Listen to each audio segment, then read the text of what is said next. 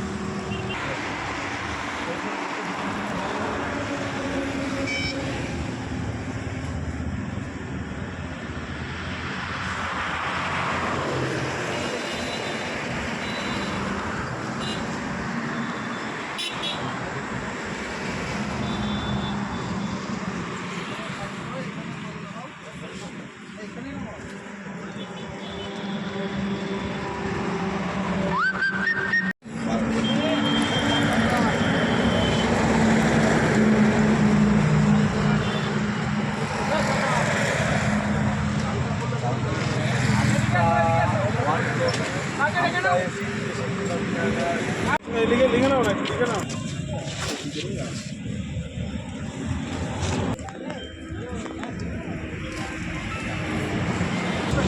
সেলাই করে দিলেই তো মিটে যাবে সবাই।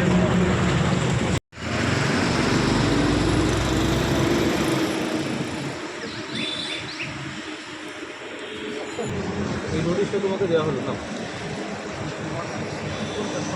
শঙ্কর তুমি তো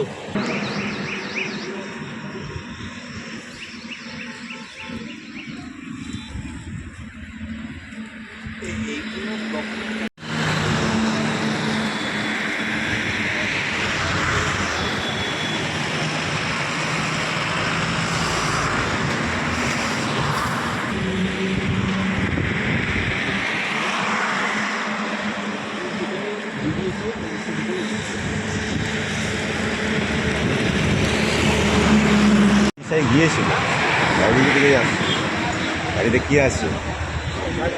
হ্যাঁ, গাঁজা কোথায় দেখা